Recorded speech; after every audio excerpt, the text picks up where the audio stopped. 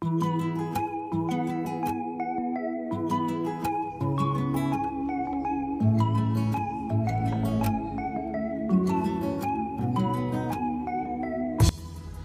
everyone! Welcome po muli sa aking YouTube channel. Gagawa na naman tayo ngayon ng napakasarap na cake na pwedeng-pwede nyo ipanghanda sa anumang okasyon at syempre pwede nyo rin po itong ipangbenta. Napakadali at napakasimple lang ng sangkap nito kaya tara umpisahan na po natin. Dito sa ating bowl, ilagay na natin yung ating warm milk at saka yung ating oil. Then sunod na rin natin yung ating all-purpose flour at saka yung ating cake flour. Pwede namang cake flour lang yung gagamitin nyo dito guys. Isip lang natin siya and then hahaluin na natin hanggang sa well blended na siya or magiging smooth na yung ating mixture. Then sunod natin ilagay yung ating egg yolks. Ayan.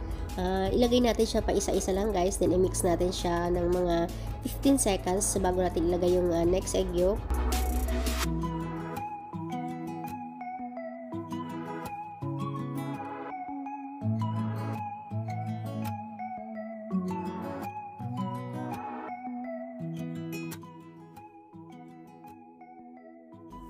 Ayan, pag nahalo na yung ating egg yolk, ngayon ang gagawin natin guys, hahatiin natin siya sa dalawa. Yung isa para sa ating chocolate flavor, yung isa naman sa ating vanilla.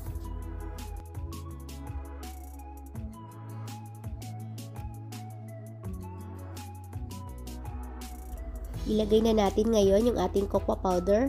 Ayan, salain lang din natin siya para maiwasan po natin yung buo-buo or lumps dito sa ating cocoa powder. Ayan, dark po yung ginamit ko dito guys. Pwede kayong gumamit ng unsweetened. Ayan, i-mix lang natin siya hanggang sa magiging smooth na siya. Then, ngayon iset aside na muna natin ito. Dito naman sa ating vanilla chiffon, lalagyan natin siya ng vanilla extract, 1/2 teaspoon.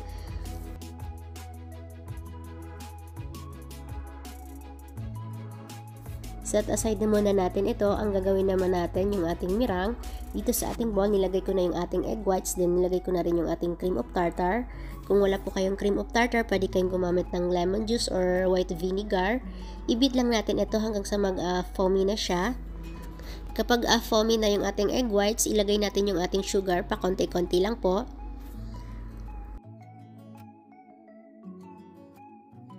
Pagkatapos natin ilagay yung ating sugar, i-adjust natin yung speed sa high. Continue natin yung pag-beat natin hanggang sa mag-stiff mix na yung ating egg whites or yung ating mirang. Kapag ganito na yung texture ng ating mirang or yung ating egg whites, ayan, ready na ito. Dapat wag po nating i-overmix or overbeat para hindi po mag-dry yung ating cake. Hahatiin lang din natin sa dalawa yung ating mirang. Ilagay natin siya dito sa ating vanilla at saka dito sa ating chocolate flavor. Sa paghalo naman, dahan-dahan lang din po para hindi po ma-deflate yung ating butter mixture. Same lang din po dito sa ating chocolate flavor. Ganun lang din po yung pag-fold natin.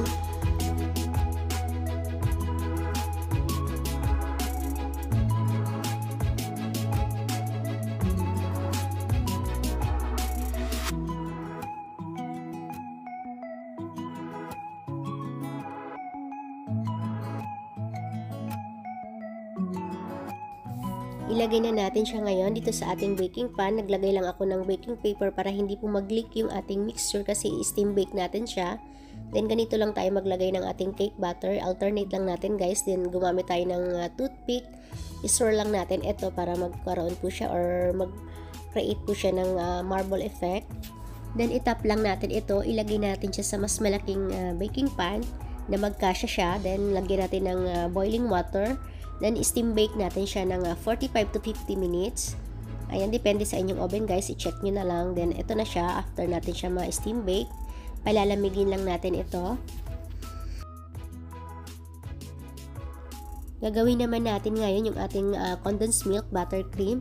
Dito sa ating bowl, nilagay ko na yung ating butter. Dapat soft siya pero hindi po siya melted.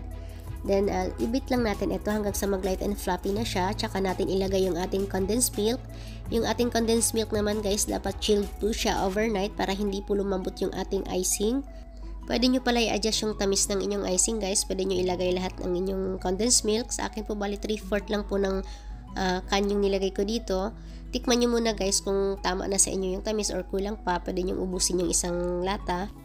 Scrape lang din natin yung side ng ating bowl. Then, continue lang yung pag-mix natin hanggang sa well blended na yung ating icing.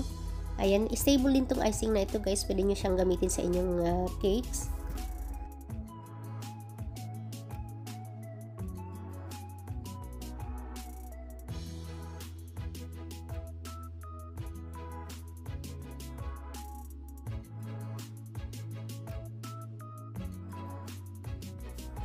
Hinati ko lang pala yung aking cake para magiging 2 layer siya. Pwede nyo pala siyang i-bake guys sa 7 inches or 8 inches na round pan para magiging 2 layer din siya. Napaka-moist itong cake na ito guys. Malaki po yung pagkakaiba nila dun sa ni-steam bake natin or dun sa binake lang natin na cake. Ayan, pwede nyo na siyang kainin ng ganito guys kahit hindi nyo na siya lagyan ng icing. Ayan, masarap na ito. Mag-a-assemble na po tayo ngayon ng ating cake.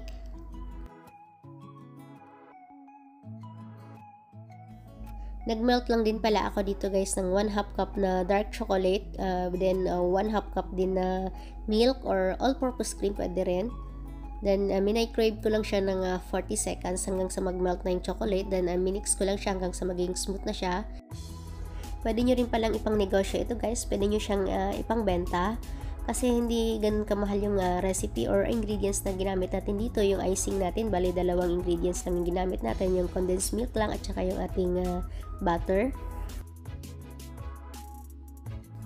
Lalagyan din natin ng melted chocolate, yung ibabaw at saka yung gilid ng ating cake.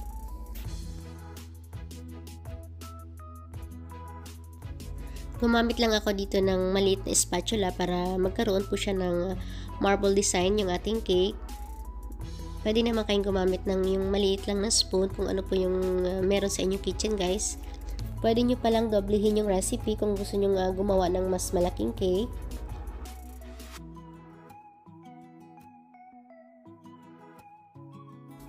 Nilagyan ko lang din ng border yung gilid ng ating cake. Ito po yung sobrang icing natin. Itong recipe na ito guys, kasya lang ito dito sa ating recipe na cake na ginawa natin. Then nag-add lang ako ng chocolate, dark chocolate na shinade ko lang din siya. Ayan, pwede naman kahit wala na. Depende po sa inyo kung gusto nyo magiging mas special yung inyong cake. Titikman naman natin siya ngayon. Ayan, nakikita nyo naman guys kung gaano siya ka-moist. At saka maganda itong recipe na ito guys. Hindi siya crumbly. Hindi tayo mahirapang mag-icing dito. Compare dun sa mga, siguro dahil dun sa proseso natin sa pag-bake natin or sa pag-steam bake natin sa kanya. Compare dun sa mga binibake natin na chiffon. Medyo crumbly yon. Ayan. At saka tama lang din yung tamis nito guys. Nandun yung pagkapait ng dark chocolate na ginamit natin. At saka yung dark cocoa powder.